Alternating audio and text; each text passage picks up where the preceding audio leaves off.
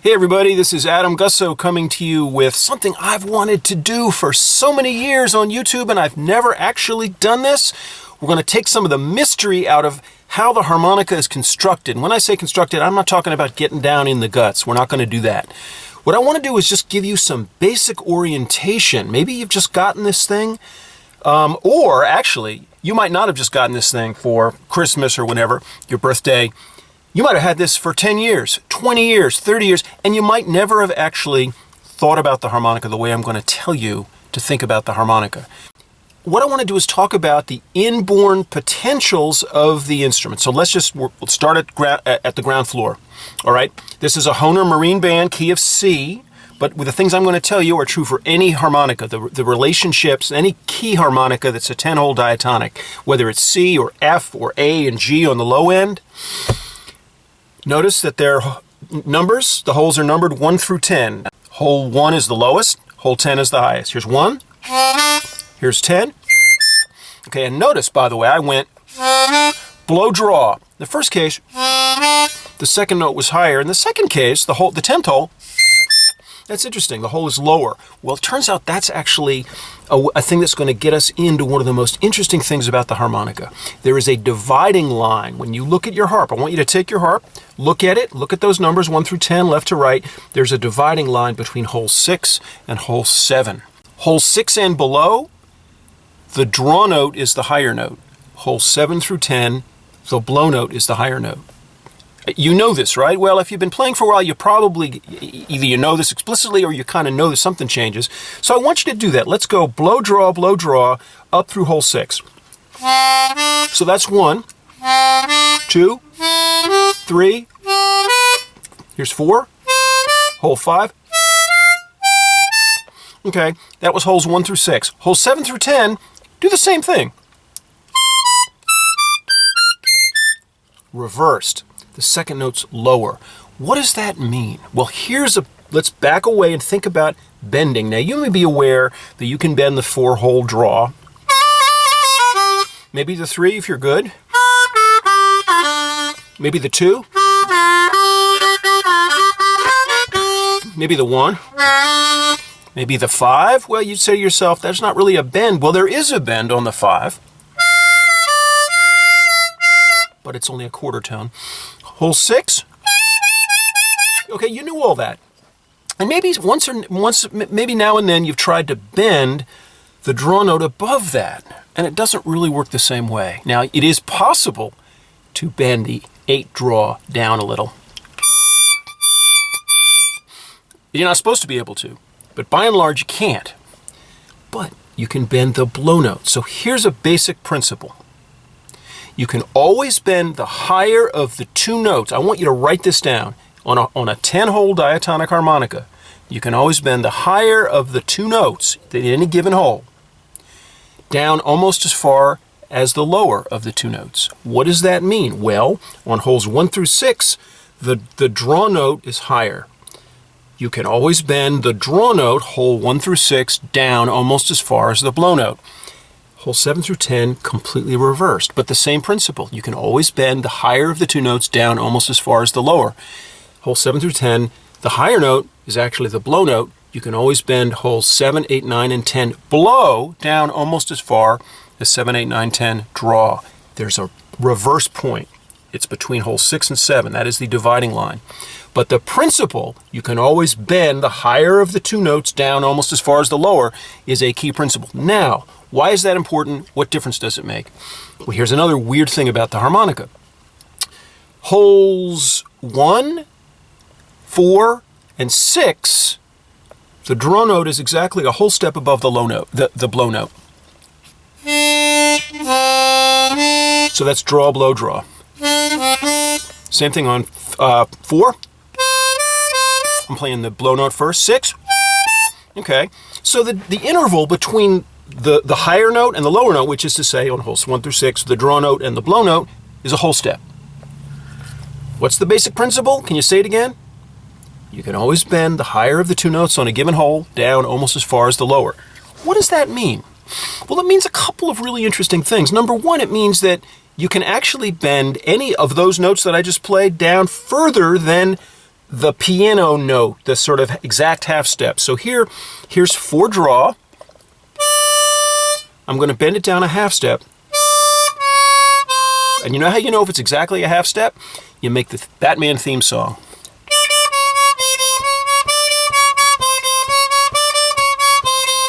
You can do that on the, well, there's another hole you can do that on several other holes, but you can do it on the 6. But the truth is you can bend those draw notes down even further. So there's a hard bend on the 4 draw that takes it past a half step bend. It's a really hard bend, and it's actually useful for blues. So the half step just bisects the difference, the whole step difference. And it's the difference between and that's a lower bend. Why does it make a difference? Well, when you let it up, if you're starting from really low, you're playing with a little more melodic territory. Now, let's just pause for the cause. So holes, get this in your head, holes 1, 4, and 6, the draw note is a whole step above the blow note. You can bend that draw note down almost as far as that blow note. You can bend it almost a whole step, not quite, but definitely more than a half step, and I think a lot of people are confused about that. The half step's this sort of basic, it's there, but you actually, if you pull really hard on those holes, you can bend further. Now, that leaves the 2, the 3, and the 5 for the draw notes, holes 1 through 6, where the draw note's going to have to bend. Hole 2, and so here's another key principle.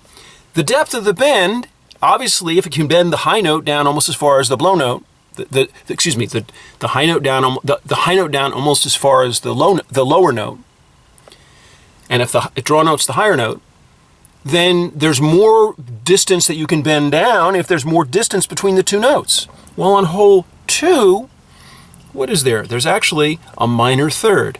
And so, and this is a confusing thing for people. There's actually 2 good solid bends there that are piano key bends, that are exact bends.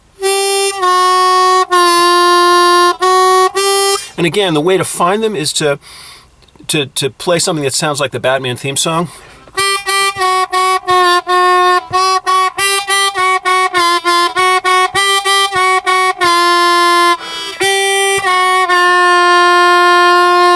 But if I'm playing that 2 half steps down and I go further, so there's a little bit more because it's a minor third interval between 2 draw and 2 blow. You can bend almost a minor third. Why is that important? Well, if you're trying to be in perfect tune with somebody and you're both playing the blues riff that goes, you might end up going too far. Or, okay, so it makes a difference if you're trying to actually play exact pitches. It's why it's helpful to know this stuff. Now, what about the 3 draw? 3 draw is 2 whole steps. So it's twice the melodic distance between 3 draw and 3 blow, between the higher of the 2 notes and the lower of the 2 notes, than between, let's say, 4 draw and 4 blow. It's 2 whole steps, so 4 draw and 4 blow. But 3, it's a big jump. Makes a huge difference for various reasons. But one thing it means is that there's actually 3 distinct notes you can get. You can get the unbent note and 2 sequential further bends on 3. Now, for some of you, this is old hat, but for a lot of you, it's like, whoa, I had no idea. I thought it was just like you got a note you suck on, a note you blow on, and you try to like bend the note that you suck on down. No, you have to know where you're bending it to, okay? So the 3 draw,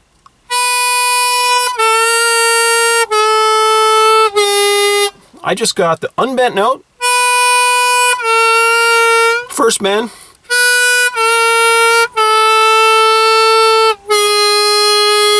and then would be the blow. And of course, if I bend super hard on that 3 draw,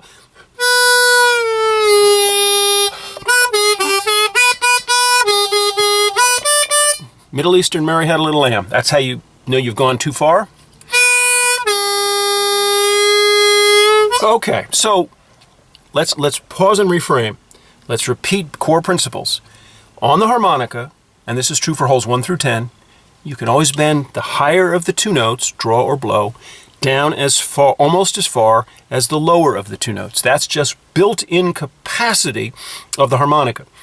And I said that there's a break point between between hole 6 and hole 7. From 1 through 6, the draw note is the higher of the two notes. From 7 through 10, the blow note is the higher of the two notes. That means, wait, the one other note we didn't talk about, the 5 draw. Right, 5 draw is half a step higher than 5 blows. Not much melodic territory. You can bend it a quarter tone or a little bit more than a quarter tone. For many people, that doesn't even sound like a bend. For little Walter, you can go wah, wah, and you're actually slurring it up. You're hitting it bent and releasing.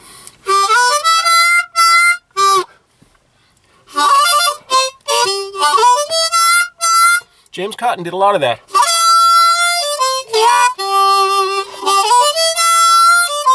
So it's not really rolling off as much as it's actually hitting it bent and releasing that little bit of melodic territory you've got to play with. Are you with me? This is a primer on how the harp's set up, but it's also kind of a primer on, not primer. Primer's what you base coat on paint. Primer means a sort of introductory guide. So this is an introductory guide. Okay, holes 7 through 10. The blow note is always higher than the draw note. Remember that break point between 6 and 7. It switches over. The blow note's higher than the draw note, holes 7 through 10. That means that on holes 7, 8, 9, and 10, you can bend the blow note down almost as far as the draw note. Well, what's the effective, I'm going to switch. Well, no, I'll do it on the C.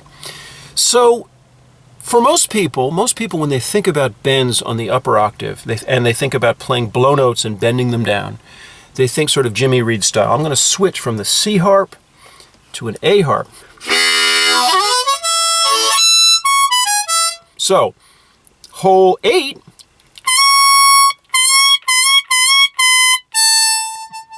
they tend to roll off that 8 blow, or roll it up. That's unbent. That's bent. 8 draw.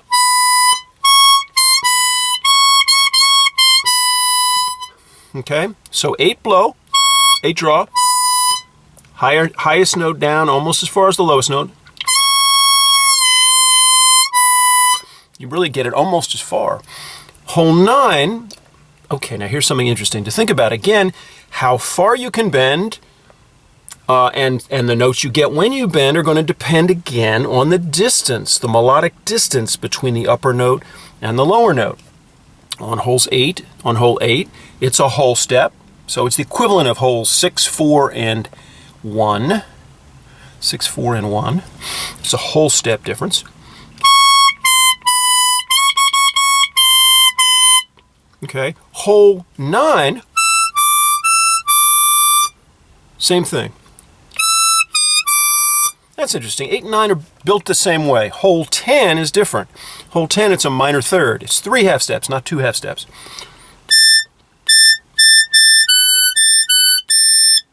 And it's possible, if you're really good on a C, this is an A. Okay, good, I can do it. So I did unbent, 10-hole blow on an A, half step bend, whole step bend.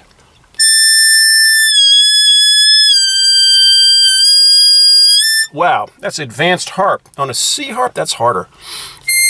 Not for Jason Ritchie, but for Adam Gussow, it's harder. Not for Alex Packlin, but for old Gus, it's harder. That wants to go down the half step, the whole step. And so if you do the magic Dick note that I'm famous for ripping off, which is, and bend that, that's a whole step bend.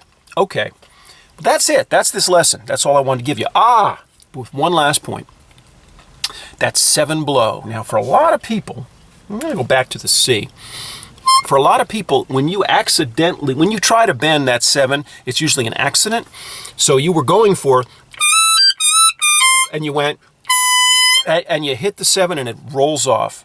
Right. So if you're playing in what we call first position, that's not a good note to have, particularly a bent 7 blow. The difference between 7 blow and 7 draw is a half step.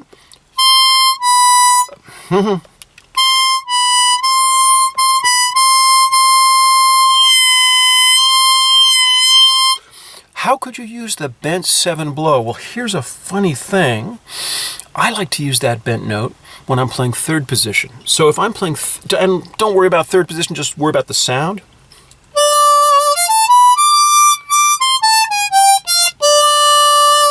That's my third position on a C harp. Well, how about this?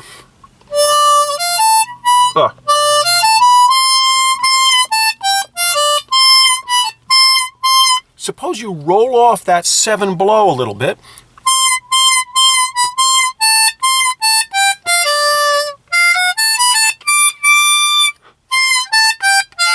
I did a little overblow down lower. I'm getting a little into the weeds here.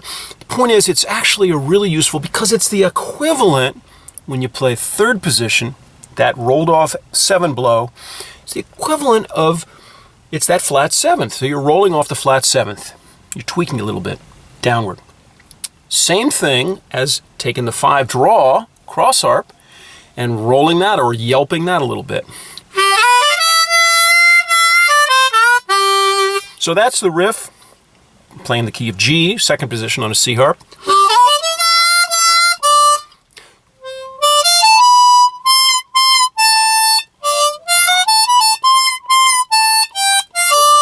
Did the same thing. Anyway, that's in the weeds. One last time, can you tell me what the core point of this lesson was? What did I say at least 5 times? On the harmonica, you can always bend the higher note down, the higher of the 2 notes in one hole, down almost as far as the lower of the 2 notes in that hole. That is, it's true on any of the 10 holes on a diatonic harmonica. Now, go and think about that, and I'll get back with you soon. Bye-bye.